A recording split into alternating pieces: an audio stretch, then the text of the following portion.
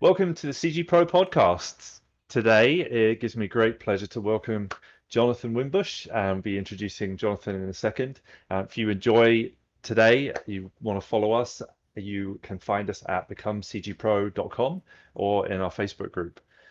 So very excited today to have Jonathan on. Jonathan is a award-winning motion graphics and Unreal Engine expert, and he's worked on some very cool projects through movies, working on some great properties like Iron Man and all kinds of cool things for big clients like Netflix and Marvel and Epic Games, and it's a popular YouTube channel and many other things as well. Jonathan, welcome. It's great What to up? have you What on. up? Thank you, man. Appreciate you having me on. I know it's been what, since like spring we've been talking about handling this since NAB actually. Yeah. Yeah, that's right. Yeah. Yeah, I remember bumping into you in the crowd, and yeah, it's great to make it happen. I know Yeah. you're a It's busy been a man. say it's been a crazy summer. Everything since the pandemic, I don't want to say it's over, but since it's slowed down and stuff has opened back up, like all the conferences are pretty much back in full force now. So it's been um it's been pretty cool, going out, seeing people in real life again that you haven't seen for the past 2 or 3 years. So yeah, it's been a busy, busy summer. Fantastic. Well, I'm looking forward to asking you all about it, and I'm gonna kick this off just by asking you a couple of questions about the early years and how you got into this. I would say this industry. I know that you're motion graphics. You come from that world. Right. I know you've done a few other things as well in a few other industries, but what were some early inspirations for you that led you to want to do the work that you do? Yeah, like the whole motion graphics thing kind of came about on accident because originally I wanted to work in game design because I grew up a gamer like ever since the Tandy 1000 for anybody old enough to remember those old school computers with the floppy disk, and there was like no graphics on the screen. Like you're literally like printing stuff out and reading as you're going through the game and stuff like that. And so just like gaming has been like a huge part of my life, and I thought I wanted to be a game developer until I started applying for different universities and art schools, and pretty much got rejected everywhere for, try to get into game art and stuff. But when I applied to the Art Institute, they said that we don't think that you'll fit in the gaming division, but we have this new program called Motion Graphics and VFX that we think you might fit into. So maybe do a couple semesters there, and then if you're not feeling it, maybe you can move over to game art, as you're working on your portfolio. So that's where it kind of came about. Like I gave it a shot and I fell in love with the programs there. Like back then we were using like XXI, Soft Image, Autodesk Combustion, 3D Studio Max and the like. So yeah, I just fell in love with the program there and just kept pursuing it and got my bachelor's degree in motion graphics. Fantastic. Was there anything particular about it that really excited you back then, or that maybe still does? Yeah, like the one thing that really caught my eye, like I think the Matrix One was pretty Mm, popular back then, and those type, at that time, those VFX were groundbreaking, and no one, at least outside of Hollywood, had any idea of how they really created that stuff because like visual effects and the like still seem like a mysterious art. And when I was taking a tour of the school in the basement, they were actually building like a green screen facility where they were actually reenacting some of the scenes from the Matrix, and I just thought that was so cool. And I'm like, I didn't realize like we had the capabilities of creating like Hollywood type of effects, and I just got deeper and deeper into it till I came across, like the Adobe suite. I came across Chris and Trish Myers that wrote like all the After Effects books back in the day, and I just kept really getting interested in it. And once I saw like the power of Hollywood was actually something that we could physically do on our desktops at home, I just was all in. amazing. Well, I definitely resonate with that myself. And actually, the Matrix. I was at university doing a computer science degree, and a guy called Paul Debevec wandered in for a guest lecture, and having just done some of the research that led to the visual effects on that movie and some of his Oh wow. groundbreaking innovations. And we actually were lucky enough to have him on a podcast a few episodes ago. So it's a Mm. great full circle. But that definitely inspired me as well to think, and especially when you start to see that, yeah, it is possible to do it yourself. And Yeah. I know that Yep. that's a lot of what you are involved in now, is inspiring people further. Like as you were in the beginning, you're inspiring people to realize what they're capable of and that they can have a go. And it's a lot of what I see from you on the internet. Yeah, I mean, now more than ever, like before, a lot of stuff was behind a paywall, coming up. So, not proud of it, but going through art school, we used to pirate software just so we could use it at home to try to get like our assignments done and stuff like that. But it's like now with applications actually taking on like the free to play model, you have programs like Unreal, which you and I both use. You have Unity, we have CryEngine, Blender. There's like really accessible, like I can't think of what it's called. It's like a Photoshop Illustrator type application. It's like $30 for a full license. So it's like if you Mm. want to get into the arts, it's like there's no better time than now because everything is so accessible these days. Yeah, that's amazing. What in the beginning did you do on some of the movies that you worked on, and was that motion graphics work? Yeah, so my career primarily has been in motion graphics. So Right. early on in my career, I had the opportunity to intern under Adam Sandler of all people over here at Oh, Happy really? Madison, and over there I got just like a whole wealth of different experiences and different mediums because like he produces his own movies, he would Mm. produce TV shows, and not only like doing Happy Madison stuff, but he brought in opportunities for me to work on other properties. Like my very first movie I got to work on was Fantastic Four: Rise of the Silver Surfer from Marvel, and so I was a part of the team that created the full CG motion graphics main title sequence at the beginning. So the Wow. original one was probably like 4 minutes long, but for like theatrical cut, they ended up cutting it down to like 90 seconds or something like that. But if you get the Mm. Blu-ray, you can actually see like all the work that we put behind it. But yeah, I got to work on Fantastic Four, and then that led into me working on Iron Man 1. Of course, all the Happy Madison films back then, Click, House Bunny, Mocap, like it was just a whole bunch. And it was a ton of fun too, just being around other artists. Like I feel like those early years of my career, being under artists that already been in the industry, I learned a lot more then than I ever did during art school, which is kind of crazy Mm. because it's like that hands-on training, like nothing can replace it. Right. Yeah, that's when the learning really begins, right? When you get your first Yeah. job or internship. And how did that come about, the internship? Yeah, it's just one of those things where I tell people like never give up type thing. Like when I graduated from art school, I was like back then basically you had to be in LA or New York to work on anything. And I'm from Pittsburgh, in the Midwest of the United States. And after graduation, I actually would burn like a stack of DVDs and I would just send them to like every studio out here in Hollywood. And I actually did have a junior position that I drove all the way across country to start. And the day that I was supposed to start, the company went under. Like I'm not sure Oh what man. happened, but it's like Wow. I Yeah. literally drove, days across the country to start, excited. Everything went under. I had to go back to Pittsburgh, but wasn't really deterred. I just kept sending my reel out to studios. And it just so happened that Adam Sandler's assistant at that time was from my home city in Pittsburgh. And so, like, when she saw the physical address for Pittsburgh on the envelope, that's what prompted her to open it up because she was just curious, like who's sending us letters from Pittsburgh? And they saw my reel and they gave me a call like out of nowhere. And I caught a red eye, came out to LA, and yeah, the rest was history from there. Wow, that's amazing. So yeah, you put a lot in there, though, that there's a lot, I think, for a lot of our listeners have been in the industry for a while, but there's a good number of people who want to break into the industry. I know there's a lot of people now who are making their own content and don't necessarily want to go into Hollywood, but Yeah. for it, I think the advice there is amazing.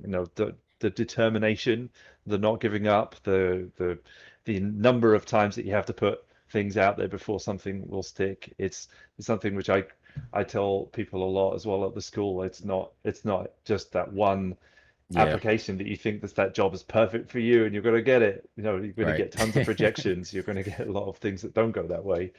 Yeah, there's gonna be a lot of closed doors, and you just have to keep going until someone just creaks that door open, and then you just bust your way through. And once Mm, you're in that door, then it's easy to try to pursue and build your way up. Like I said at the beginning, like I was rejected to work in game art, and coming full circle, now I'm doing stuff with Epic Games. So it's like right. it took a while to get to where I wanted to be, but I was able to make it happen. Yeah.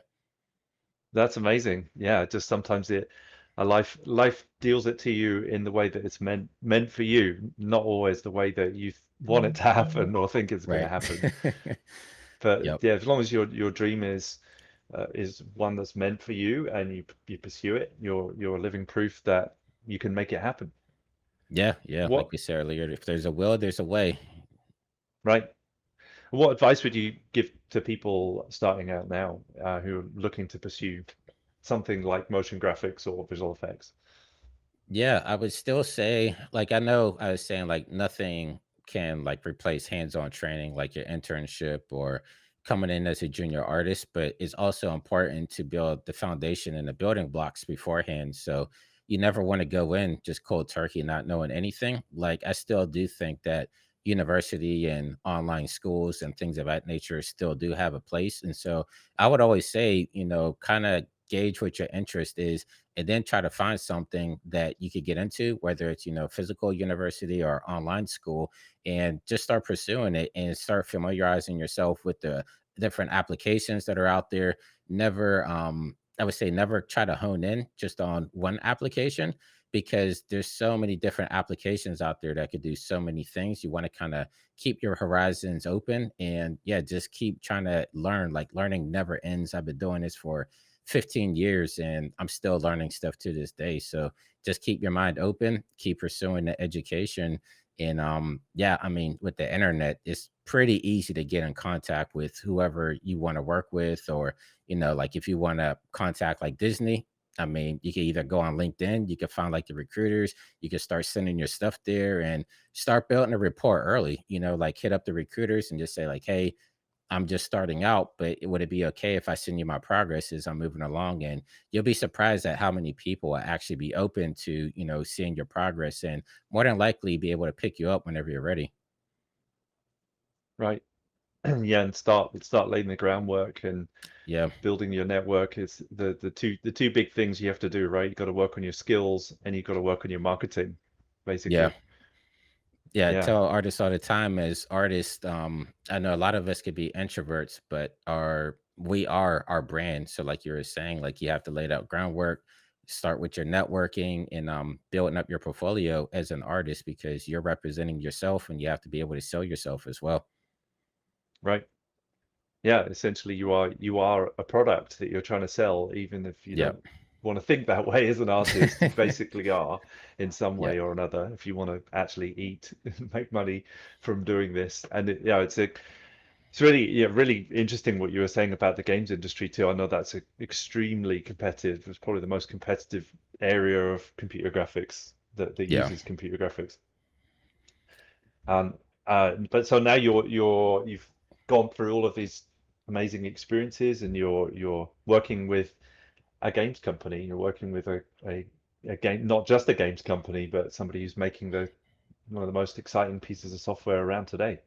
Right. So, I mean, that was never even in my thoughts, like working with Epic Games, but it's just one of those things that life, when it gives you opportunity, you always have to be ready to take it. Like a lot of people will say, like, "Oh, you're lucky, you get to do this, this, and this," and I don't believe in luck. And it's like even if somebody is lucky, it's like they had to put in the work to be able to grab the opportunity whenever that lucky situation happened. Like if I wasn't ready when Epic Games approached me, then luck or no luck, it's like I would have never had the opportunity to work with them. So a lot of hard work behind the years and just keep pursuing and you just never know who's out there watching you. Like they actually found me through YouTube, of all things and on social media. So you never quite know who's out there watching you and, checking out what you're doing. Yeah, that's good advice. Yeah, and I think especially for for us artist types, as you said, we're known to be kind of introverted and want to make cool stuff and hope that someone kind of ends up in our house and sees it and we get discovered. But Right, that's generally not how it happens. The most successful artists that I know are prolific, and they just prolific in terms of their production, their right. learning, as you said, and also their sharing. Yeah. The Makes sharing is the biggest part. Like I know, especially in the early days, like I was saying, like I had artists that I was actually under that they like anytime I had a question, like no one ever turned their back to me. Like the motion graphics community was just so opening and they were uplifting each other. Like everybody was helping each other. There was like no trade secrets or anything like that. And as I got older and I wanted to start reciprocating that, that's why I started putting stuff out on YouTube because I feel like that's important. Like the industry moves ahead if the artists are more knowledgeable. And so I feel like the more knowledge you can give out, the more you'll get back, and everybody's just learning on top of each other. And that's how you get these advancements in the art industry, like especially with like if you look at Unreal Engine, I know like I was starting with 4 and they were asking like what are some things that motion graphics and VFX artists would want. And I said right off the bat, I was like, it would be nice to have some type of mats or crypto mats. And they didn't quite understand it. But the more we started showing them, like this is why we need crypto mats, before you know it, they were able to implement it in there. And so that's, us sharing our knowledge with the people out there that are asking and getting stuff implemented into these different softwares. And it's just helping pushing it forward. Right. So yeah, so you've got Epic Games on one end, they're asking you what would make this better, and then you're getting to tell them that, help make the product better, but also you've Right. got an audience and they're looking to you for inspiration and advice. And how did the YouTube thing get started for you? Yeah, like a lot of stuff in my career, it's like one of those things that just kind of happened, right? Like as I'm working, like especially the past couple of years, maybe past 10 years, I've been just working remotely out of my home office here. And I would still keep in touch with a lot of, art colleagues and stuff like that. But the thing was whenever I'm working and I would figure out a problem, I would go back and do like a screen capture of what I just did, just so I wouldn't personally forget it. Because what I've noticed is another client might come with that same exact request, maybe like 3 or 6 months down the line. And then you're like, man, I know I did this before. How did I do this? And so I would just like do screen captures of my sessions. And then if, other colleagues would hit me up through like instant messenger or something and say like, hey, would you happen to know how to do this? I would just send them over a clip from like my screen capture and say like, oh yeah, I did it this way. And send that off. And I've done that enough times to where people are like, why aren't you just putting this stuff up on YouTube? And I'm just like, yeah, I don't know. So it kind of started from there. I started putting stuff on YouTube and the reaction from the audience was great enough to where I just kept pursuing it and kept doing it. Okay, great. So it was something that you were doing already anyway for your own process, and Yeah. somebody encouraged you because they liked what you were doing, and then it started to build, and you've been pretty consistent with it since then. You're enjoying it. You have a good following. Oh, thank you. Yeah, I've been yeah, I think I get at least one tutorial up a week. Like I have my Well, setup here, like I have my camera up there and the mic is just on the arm. So if I'm working on client work and I figure something out, then it's as easy as, just turn on the camera, turn on the mic, hurry up and, do the tutorial, package it together, and then yeah, putting it up on YouTube. So I can I've gotten it down to a science to where I can knock them out pretty quickly. So sometimes I do like 2 to 3 tutorials a week, just depending.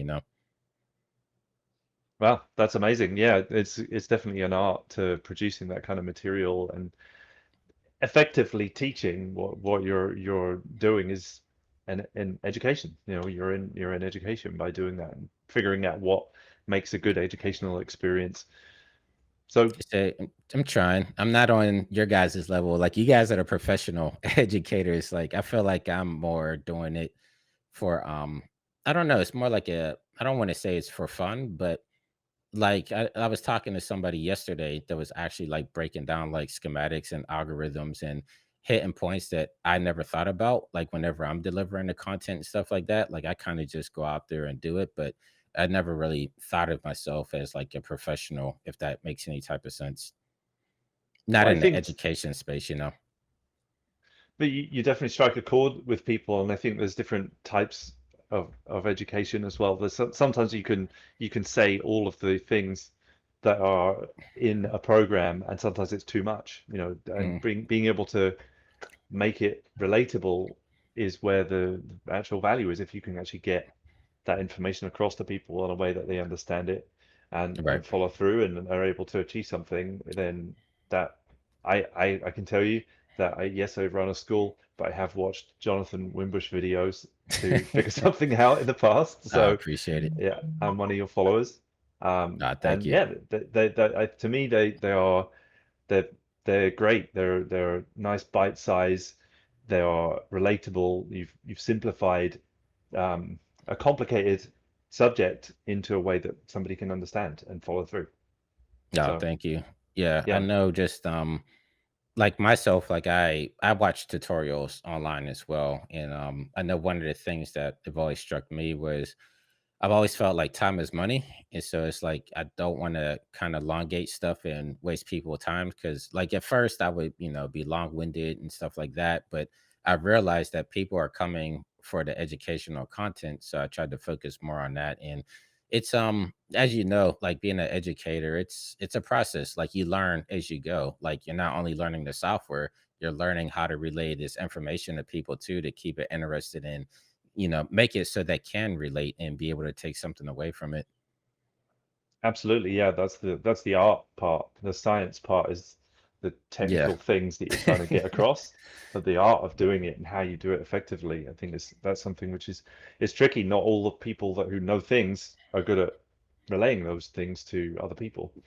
Right. And it's yeah, I think you're yeah, you're definitely getting a lot of love in the chat here as well. I know we do this live, Thank so it's great to see you. the love from the audience, especially. I know some of your followers are watching this today as well. Yeah, I was trying Um, to watch the chat and look at the camera at the same time because it's like I have the camera up here, then my screen's here and the chat's here. So I'm kind of looking all over the place here. yeah, sorry, we're a live podcast. It's distracting. No, it's But okay. thank you to all of our listeners. And if you do want to ask questions as we're doing this live, please do. We will bring them up if possible, and especially if they make sense.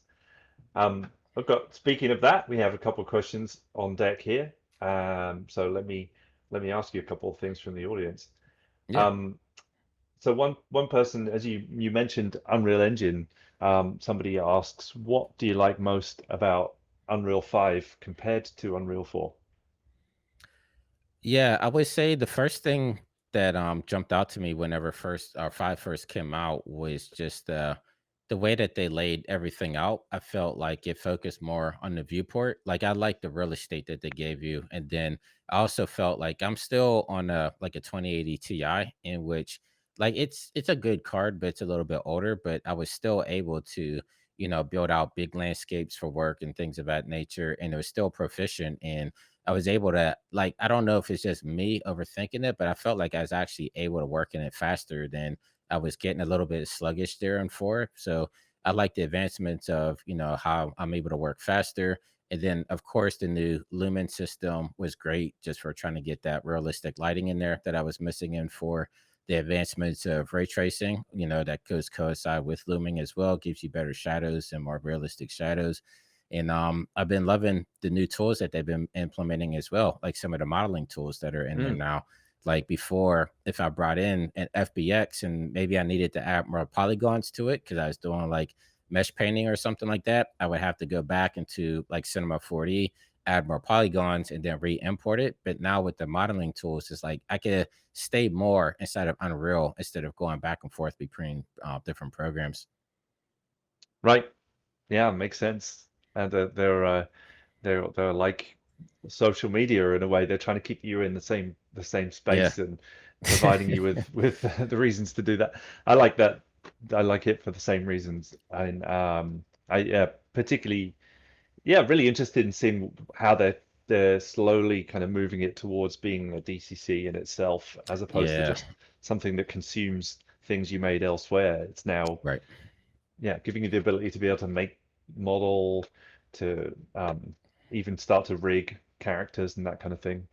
Yeah, rig characters. You could do cloth simulations now. They have like the Chaos Cloth Sim that just I think that's recently new. That's pretty cool. And then of course the Chaos system for doing your dynamic what's it called? Like, I guess you would like your destruction, like your vulnerary Yeah, fractures and things of that nature. Like I remember they announced chaos back in 2019. So to see that being more realized still in five, I think that's really cool. And yeah, even like the particle system with Niagara and being able to do like fluid effects and stuff like that directly inside of Unreal has been really cool as well. Like before, I would, do fluid effects somewhere else, bring it in with Olympics, but now with like you have like plugins like Fluid Ninja that make it really easy to do that. They added like I work a lot on shows like Deadliest Catch and Alaska Last Frontier where everything in Alaska is surrounded by ocean, right? And so now they have like the water bodies that you can literally drag and drop like oceans and rivers and lakes and stuff like that. And it's all fully dynamic. So there's a lot of cool stuff that you no longer really have to go outside of Unreal to implement now. right.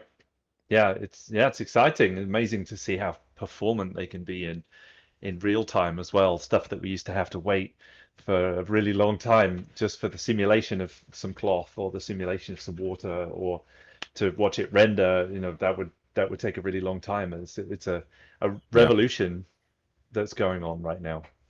Yep. How do you, how do 100%. you how do you feel about the kind of real time revolution?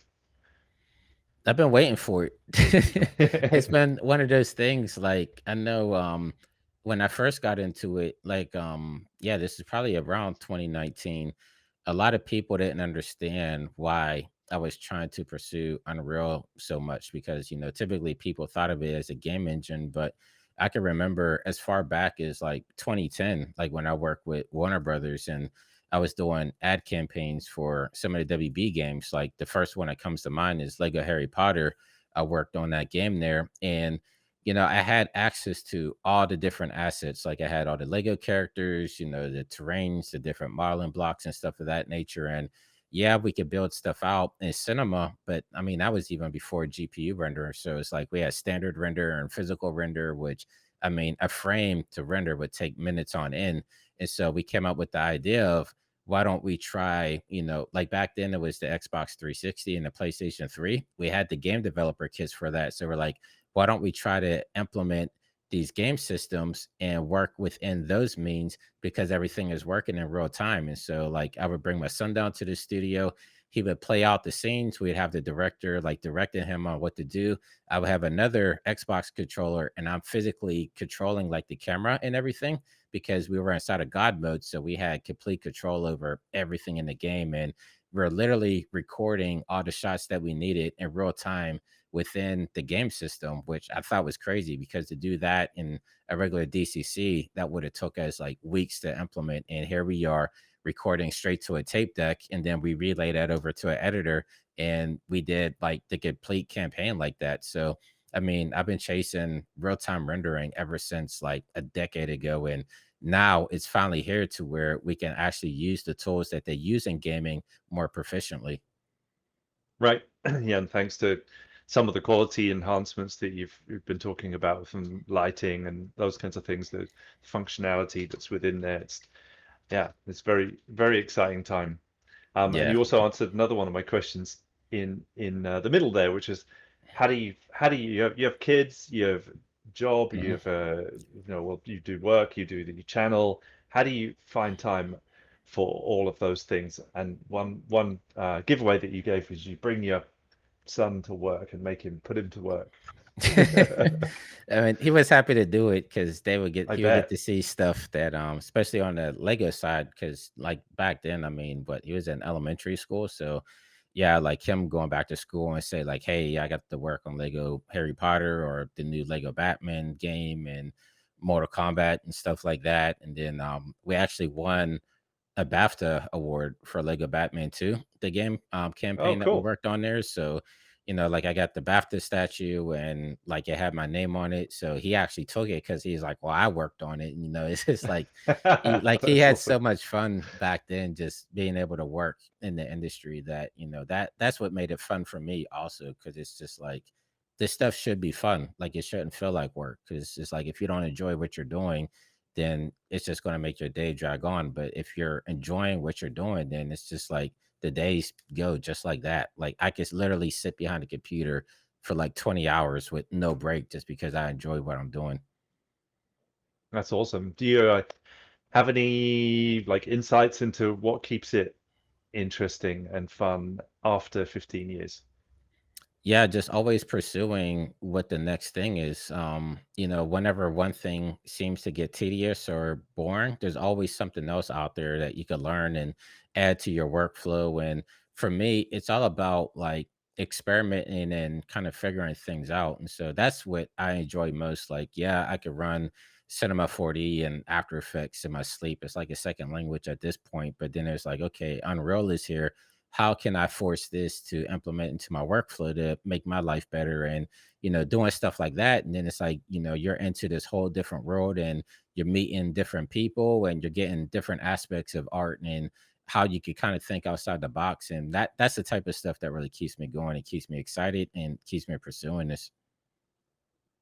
Right. So yeah, I had a similar moment in the middle of my visual effects career. It's about the same length of time, 15 so years, and I felt like honestly felt like I maybe need to look for something new because I kind of felt this little dip in the passion, and I realized that it was exactly that. It was just not growing. It was not pushing myself. It wasn't seeking the next thing. I've been doing that for 7 or 8 years and working really hard, and I've wanted to kind Right. of bring it down a notch, but I brought it down a bit too low for a bit too long, and then Right. started to get bored and started to think, well, okay, maybe I don't like this anymore. But my goodness, it came back with a bang, and thank goodness it did, especially being ready for this time that we're in now, and one of the most exciting times I've known in film or visual effects, certainly Yeah. during my career. I think it's at least for me, this is probably the most exciting time since like GPU rendering first came on the scene. Like I remember getting like Octane version 2 and people are starting to stack like GPUs in their system and building out like local render farms and just like pursuing faster and faster render times. And it's like now you are able to use the power of your graphics card to be, work faster and be more proficient. And I felt like that was getting kind of stagnant for there for a while. It's like you can only stack so many cards in the system and it's getting more expensive. And with like crypto mining out there, the cards were becoming harder to get. And then it's like boom, now you have Unreal Engine that you only need one GPU and you can work in real time to do practically anything, which is literally insane to me. Like I still don't understand, like the logistics behind it and how they're able to make it work so fluently. But yeah, I mean, it's been great. A lot of magic and very hard work Something. going on in the background. All right. Yeah, no, it's fascinating to me as well, having sat and waiting for a week. I always talk about this early commercial I did which was a 60 second, and the renders that I put on the farm. We had a decent sized farm, and it was a week before they were going to come back, and I had to tell my Yeah. producer. Then he just freaked out. Like I told the client they were going to see the changes in a couple of days. You were telling me a Yeah. week. And Definitely now been I'm there a lot. yeah, no, it's incredible now to see like the Matrix City where it looks way better than that did, and its pictures are forming in real time. I think, and that's maybe something which people take for granted, not having had to go through that if they're entering at this time. But it's Yeah. a I good thing. mean, I definitely remember we we had somebody build out like the entire Warner Brothers studio lot in because they had these things called upfronts where like all the broadcast stations from around the world would come to Warner Brothers studio, and this is where they would look at all the pilots and kind of pick up like the shows that they want to have on their networks. And it was a really big deal. And so at the Warner Brothers studio, we always made like a 3 to 5 minute montage opening scene that was completely CG. And I remember we had the big 3D model of the Warner Brothers studio lot, and this thing was taking forever to just render. Like we literally had render nodes on like the secretary's iMac. It's like it got to that point to where we're just putting Cinema 4D nodes on like every computer that we had access to on the lot just to try to kick the renders up faster. And it's like now you could literally play like the Matrix scene on like a PlayStation 5 or an Xbox system, and it's like, man, it's just so crazy how far we've come in like the past decade. Yeah, no, it's exciting. It's exciting for the workflow too, because that's got more fluid and in essence to me more creative because you can make changes and see them in real time. You can play with it more as opposed to Yeah, make a change, wait for a week, get it back, go, I don't even know what I wanted it to be a week ago. right. Yeah, yeah. Yeah. I've couple more questions coming in here from the audience. Um, Somebody asking, recently saw you started learning Blender. How has that been for you? Um, that's been a weird one because, like I said, I originally came from like XSI, Soft Homage, 3D Max, and then moved on to Cinema 4D. And yeah, I've been on Cinema for the past 15 years now. But I noticed with my kids, even my son, he was like my son took like a Cinema 4D course online, and I was trying to teach it to him. But all the kids in the younger generation, like they're all on Blender. Like all his school Mm, friends, or my daughter's school friends, like they're all using Blender. Like a lot of them watch a lot of YouTube, a lot of influencers on TikTok. Like they're all using Blender and showcasing it. And so my daughter was asking me to teach her 3D, and I'm like, well, I don't know Blender, but maybe we could take a class together because, it comes up enough and I see enough cool stuff coming out of it that I figured maybe I should learn it as well, just to kind of keep up with the times. Because, like I said, you never want to pigeonhole yourself just to one application. It's always good to at least know what else is out there. So, been spending the past couple of weeks learning Blender with her. It's been for her, it's been great because she doesn't know anything else, so it's all new and fresh to her. For me, it's been a little bit, it's been interesting, I'll say that, because it's like what takes like 12 steps in Blender, I could literally do in like 2 steps in Cinema, so it's almost like backwards engineering, in some respects of it, but I could definitely see why a lot of people are keen to Blender because there's a lot of cool tools in there that I've been seeing that I'm like, I could definitely see this being a big player in like 5 to 10 years. mm. Yeah, no, it's definitely making its mark, and I had my eye on it since the beginning, but I tried it very early on, and it just seemed Mhm. like something that couldn't do the types of things I wanted to do, so I just left it. And then Right. 2.8, suddenly it was like, oh no, this is a proper 3D software now. This is good, and yeah, I felt the same.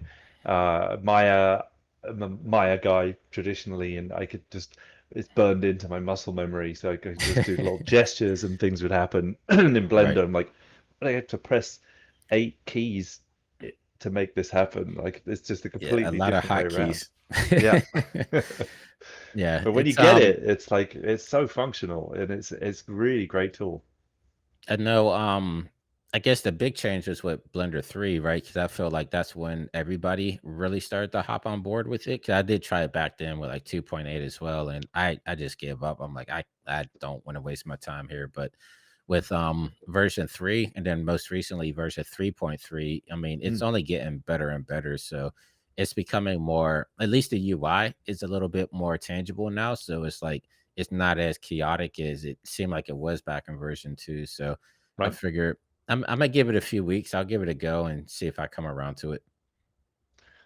Cool. I'll definitely look forward to asking you in a few weeks how it's going in a few weeks. Yeah, it takes any new tool. I know it takes a while to get used to it, and Yeah. I'm really hungry for it too because I feel like the amount of innovation that's coming through Blender is Yeah. enormous compared to some of the other tools I will not mention that I've used in the past, maybe Yeah. that not quite so much innovation. That I think that's really, really strong, and why I love Unreal and Houdini as well. I'm a big Houdini fan.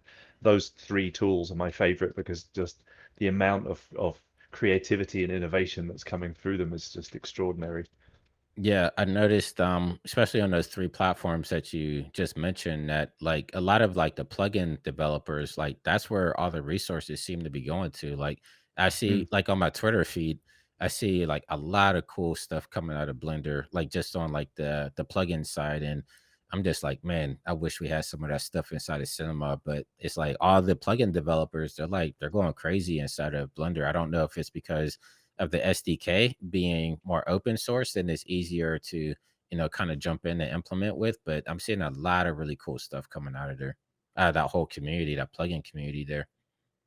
Yeah, it's really cool. I mean, effectively, they created a whole economy there where people can make cool stuff and make a bit of money out of it. And that's Yep. that's great. It's for the people who are developers. I used to be a software engineer before I got into this, and having a place where you could effectively make something like you can make a 3D model, put it on TurboSquid, but here you can make a piece of code and Yeah. it's useful. And there's many other programs that's not that simple. I used to make Right. plugins for Maya, and it was really complicated and cumbersome to do that. But with Blender, they've just made it like Unreal has made CG more accessible, and Yes. I think Blender has made programming more accessible, and Unreal as well. Right. I kind of find it interesting that, especially with those two platforms in their marketplaces, with like Blender and Unreal, how it seems like it's taken on like the gaming mentality as to like here are these programs. Like I'll bring up maybe like Roblox, for instance. Like Roblox is free, but you can also go in there and you can make like your own stores, you can make your own experiences, your games.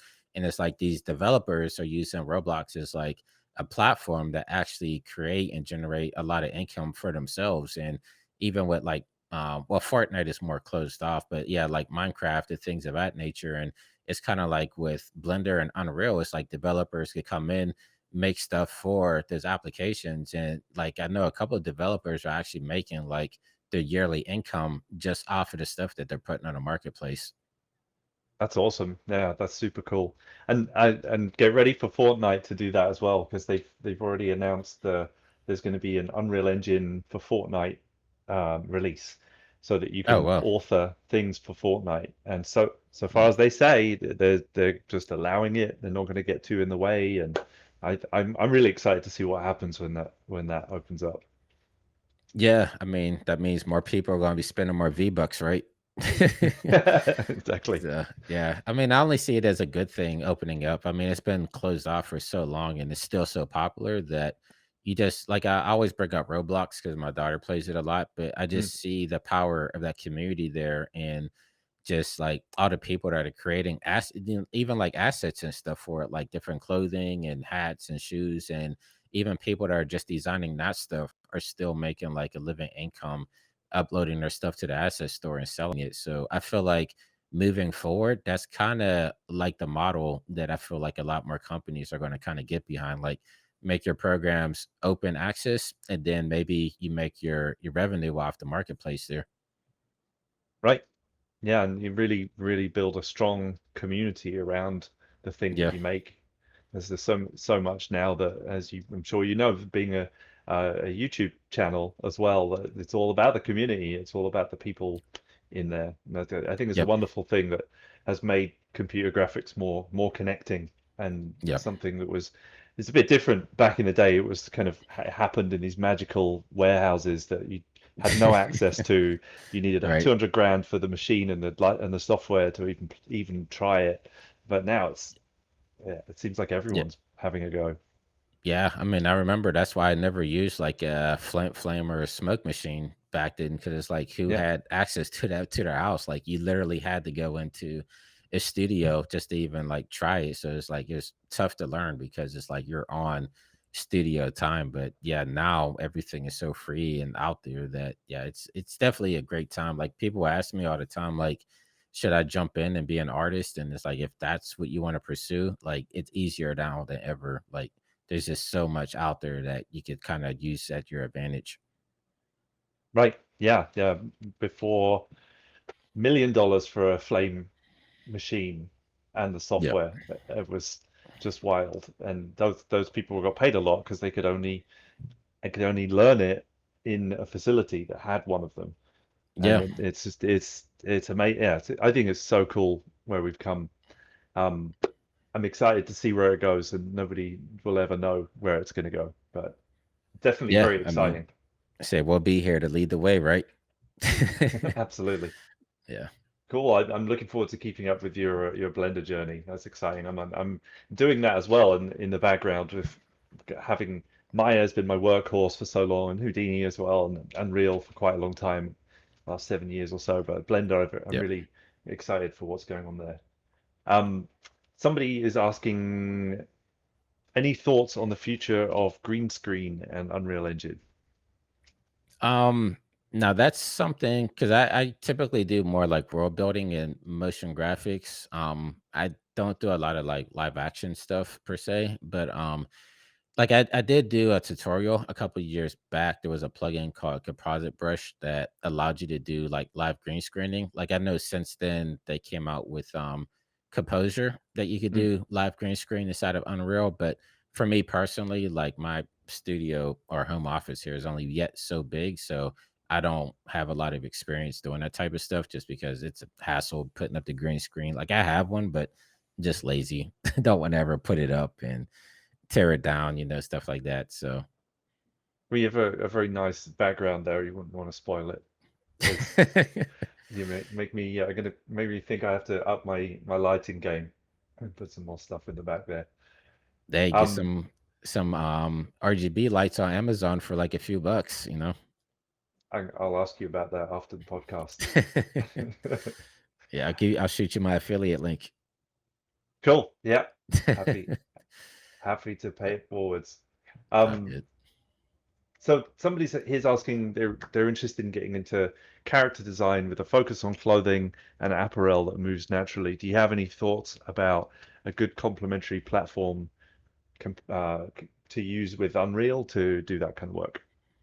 Yeah, so like myself, I'm typically not a traditional modeler, so it depends on like your skill set and what you're going for. So like if you want to do like actual like 3D sculpting and stuff of that nature, then I would definitely say jump into ZBrush.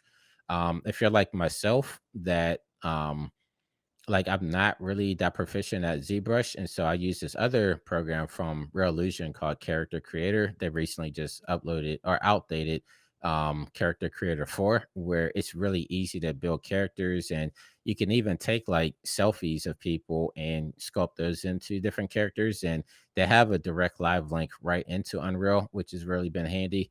Now for clothing, there's something out there called Marvelous Designer, which it works just like how a seamstress will work. So there's a lot of really cool tutorials out there on Marvelous. I think Travis Davis has like an online series on it that I would say to jump into just to kind of get your feet wet. Download the trial version there. I think is like a 30-day trial, but it seems like for the industry standard, that's what a lot of people are using to create like their clothing and stuff.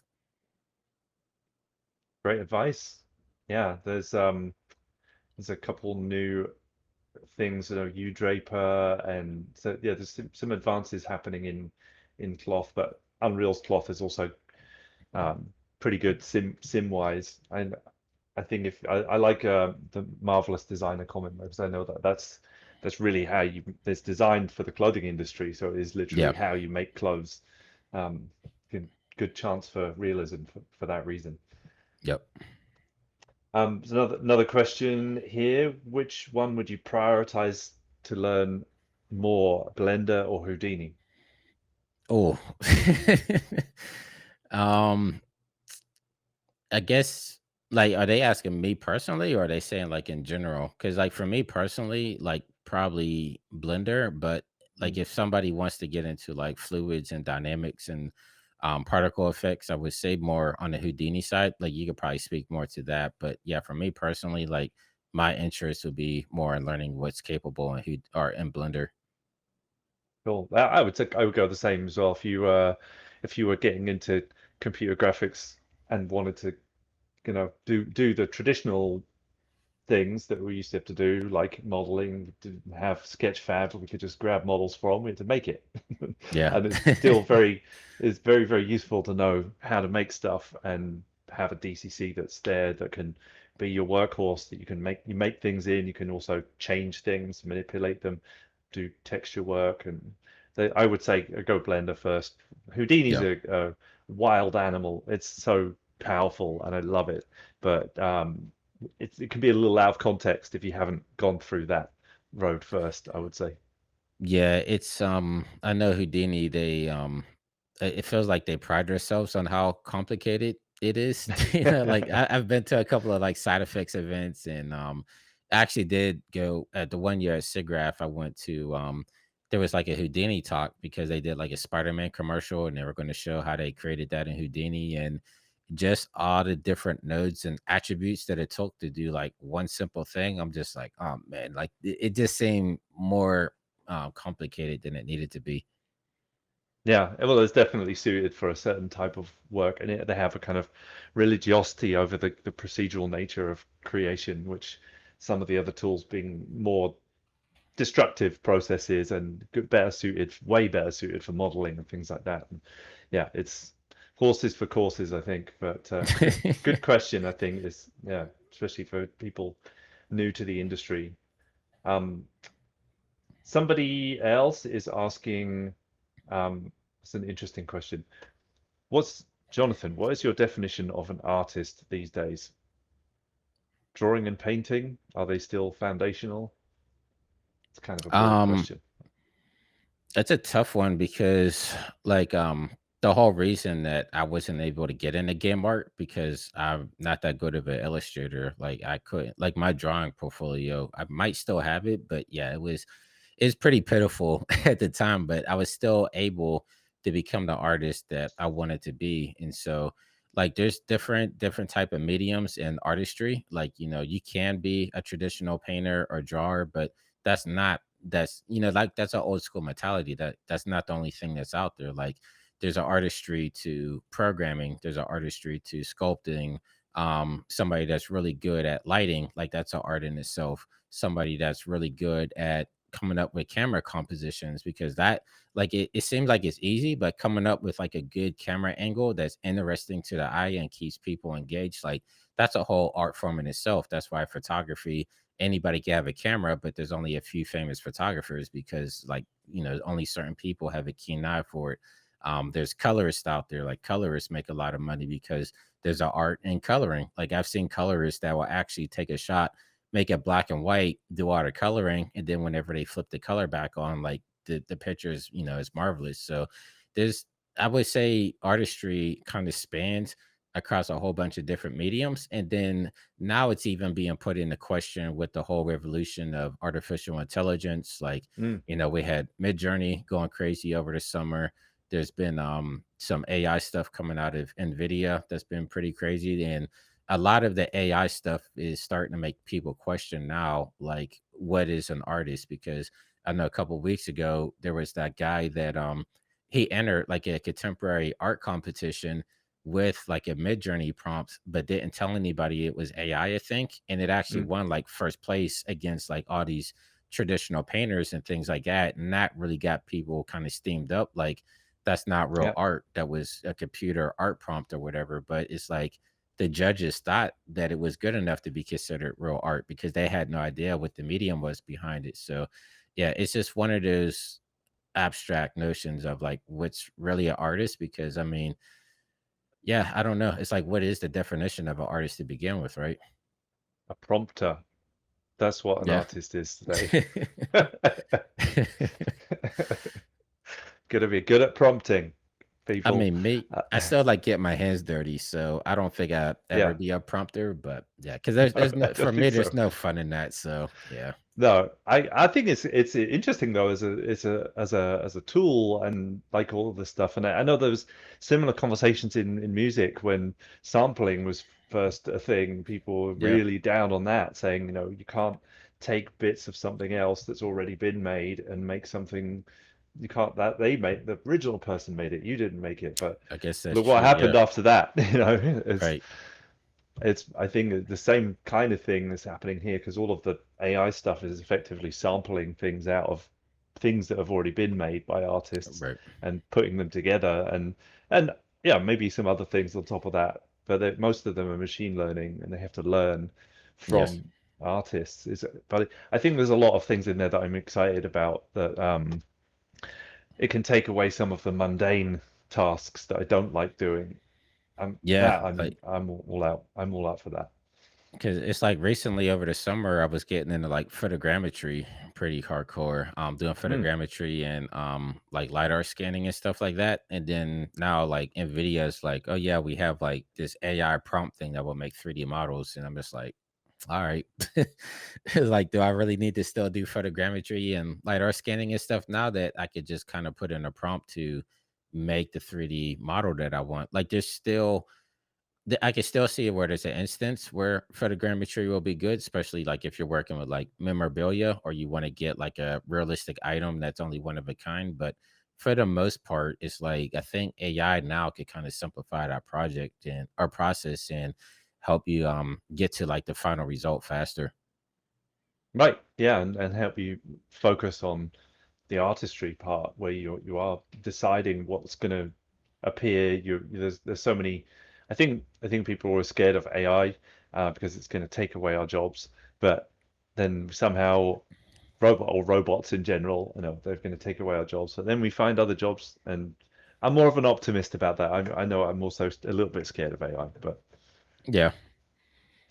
in the terms of talking about the future, what are you excited about? You've already talked about some things you're exploring, and talked about AI a little bit.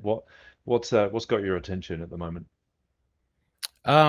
Just still some of the stuff that are going to be coming out with the improvements of Unreal. We have 5.1 coming out here pretty soon. So I Mm, looked at the roadmap and saw a couple of cool things in there, but I also know that there's some stuff that wasn't announced yet. So I'm really curious to see what's going to be inside of there, especially as they're kind of pursuing more of like the broadcast and VFX side of things and leaning more into that. I want to see like how they're further implementing it to kind of make our lives better and make it easier for us to adapt to Unreal. So that's what I've primarily been keeping my eye on. And then also the grease pencil tool inside of Blender, like I've been mm. watching it for the past couple of years. I see a lot of really cool stuff. So now that I'm in Blender, that's what I'm starting to really, engage in. Like, how can I learn the grease pencil tool and do some of the cool stuff that I see online? So yeah, I think 2023 is probably going to be like a big Blender Unreal year for me.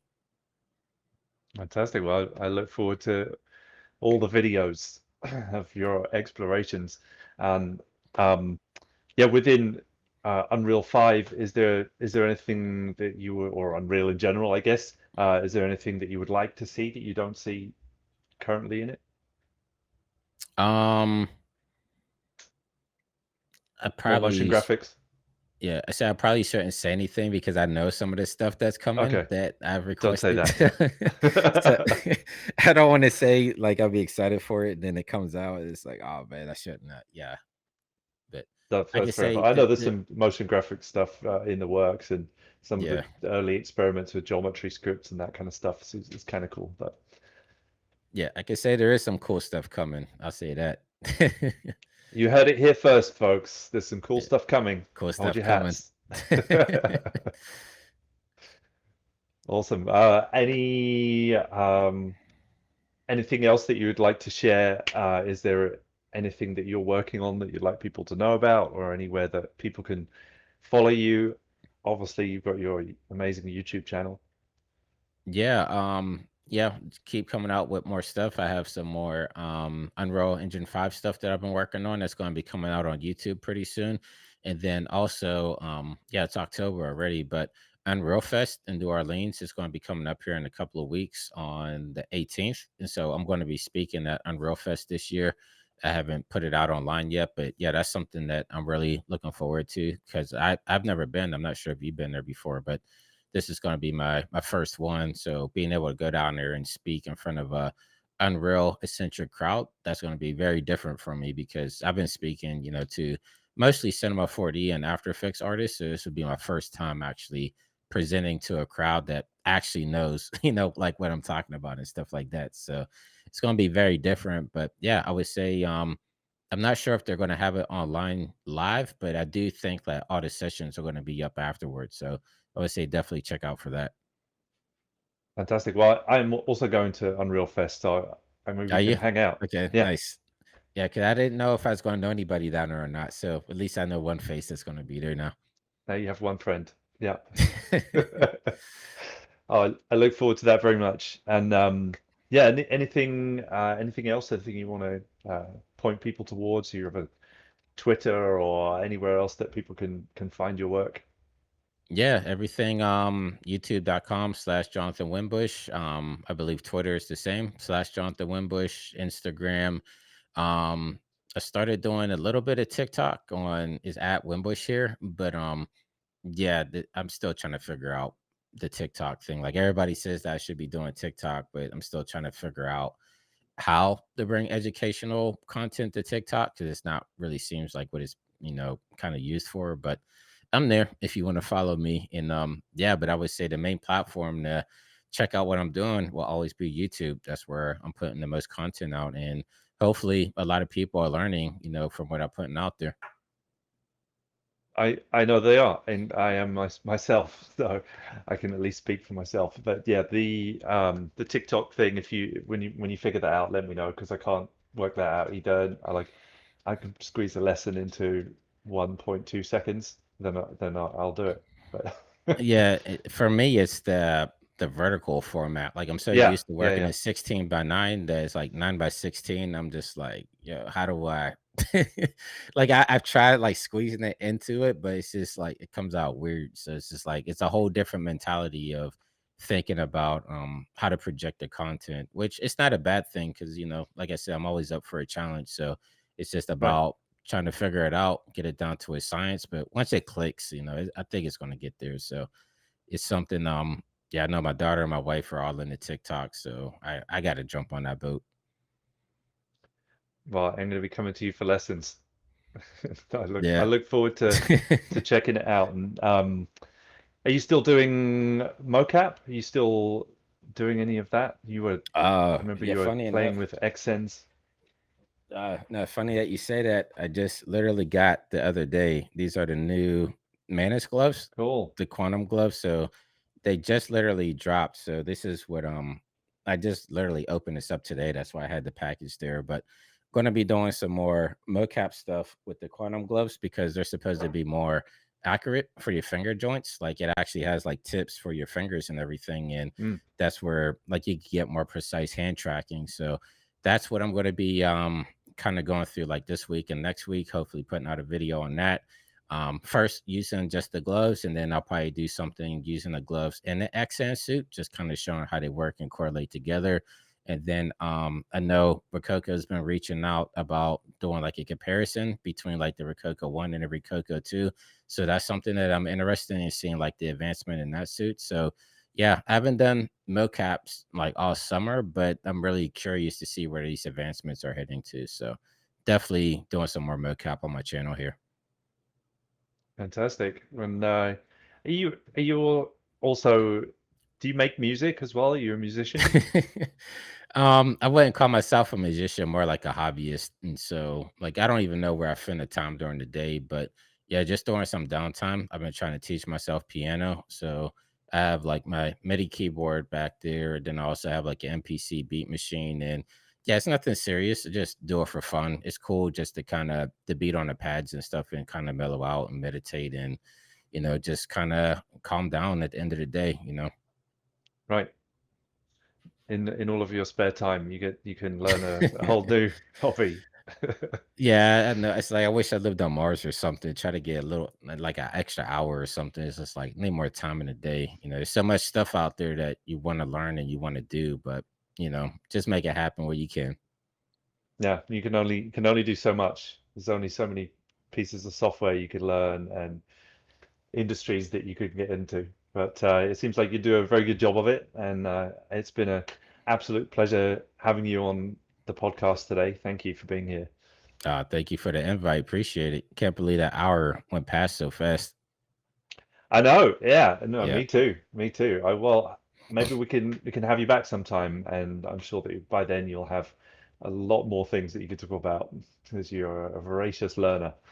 And yeah, Yeah, I can say I the Blender course ain't coming anytime soon. I know when I put my video up on TikTok and people are like, "Oh, when are you putting out Blender tutorials?" I'm like, I just literally open a program, so it's going to be a bit. maybe next week. Yeah, Uh, yeah. cool. Well, yeah. again, thank you very much for being on. Total pleasure. I also didn't know that an hour had gone. So yeah, I look forward to hanging out at UnrealFest. And Yeah, yeah, it should be cool. Definitely. Have you been there before, or would this be your first one? no, yeah, no, it's the first one that they've had in years because of the pandemic, and then before that, I'm not sure if they had Unreal Fest at that point. I remember the dev days. I remember we used to have dev Okay, so days where it was like just it was talks and it was mainly focused on development and the yep, games industry, and now it's kind of expanded out a little bit more into some of the other industries that into now. But yeah, right, I've not been. I've been to the dev days back in the day. Well, I'll right. say back in the day, like 5 years ago. But yeah, no, I'm excited. I haven't been to New Orleans either, so I'm excited. Yeah, it might be my first time there down there too. I know I thought they had it pre-pandemic, maybe like a year or two, but maybe I'm thinking of the dev days like you were saying. Cause I remember I used to go to GDC up in San Francisco a couple of times there. And I thought I remember something about Unreal Fest or something then, but yeah, maybe not. Maybe it's something else. Well, at least we're going this year, and we will share with all of you guys when we are there. And yeah, I also want to thank everyone for tuning in today, and thanks for being a part of this and asking great questions. And we got lots of you got a fun crew in here. I can see lots of love going in the chat, and lots of emojis and waves and claps, and Yeah. you've got a lot of love from the fans out there. No, Yeah, I thank you, see Jonathan. a lot of good people I play games with. We have a game night crew that we all play video games every Saturday night. So I see a lot of them in there. So thank you all for coming by, listening to me ramble. Yeah, it's been fun.